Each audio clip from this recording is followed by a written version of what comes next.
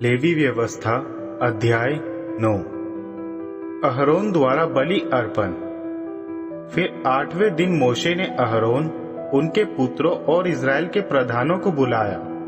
मोशे ने अहरोन को यह आदेश दिया, अपने लिए गाय बैलों से पाप बलि के लिए एक निर्दोष बछड़ा और होम बलि के लिए एक निर्दोष मेढ़ा लो और उन्हें यहोवा को भेंट करो।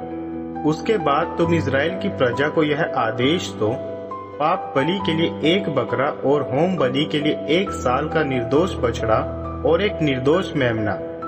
मेल बलि के लिए यहोवा के सम्मुख भेंट चढ़ाने के हेतु एक बैल व एक मेढ़ा तथा तेल से सनी हुई अन्न बलि लो, क्योंकि आज यहोवा तुम पर प्रकट होंगे।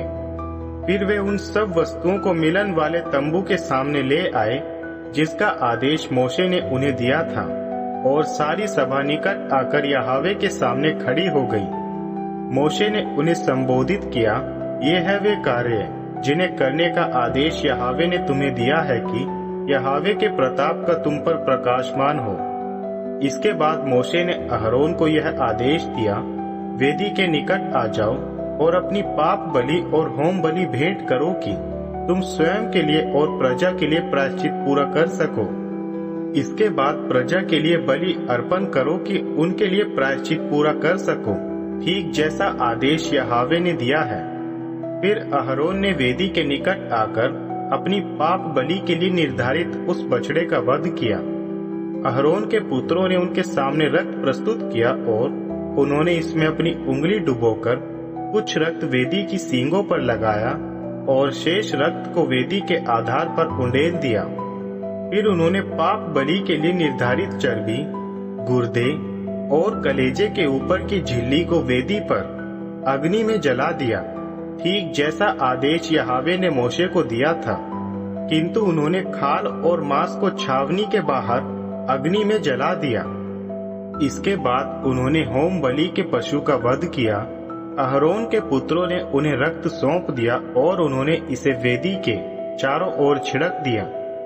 उन्होंने होम बलि के पशु को टुकड़ों में उसके सिर के साथ अहरोन को सौंप दिया और अहरोन ने उन्हें वेदी पर अग्नि में जलाकर भेंट कर दिया। उन्होंने हाथों और टांगों को भी धो करके उन्हें होम बलि के साथ वेदी पर अग्नि में जलाकर भेंट कर दिया। फिर उन्होंने प्रजा के लिए निर्धारित बलि को प्रस्तुत किया। उन्होंने उस बकरे को लेकर, जो प्रजा के लिए निर्धारित पाप बलि के लिए था, इसका वध करके पहले बलि के पशु समान भेंट कर दिया। उन्होंने होम बलि के पशु को भी प्रस्तुत कर विधि के अनुसार इसे भेंट किया। इसके बाद उन्होंने अन्न बलि को प्रस्तुत किया। प्रातःकाल की होम बलि के अतिरिक्त उन्होंने इसमें से भी मुट्ठी भर भाग लेकर वेदी पर अग्नि में जलाकर भेंट किया। इसके बाद उन्होंने प्रजा के लिए मेल बलि के लिए निर्धारित बैल और मेढ़े का वध किया, और अहरोन के पुत्रों ने अहरोन को रक्त सौंप दिया, जिसे उन्होंने वेदी के चारों ओर छिड़क दिया।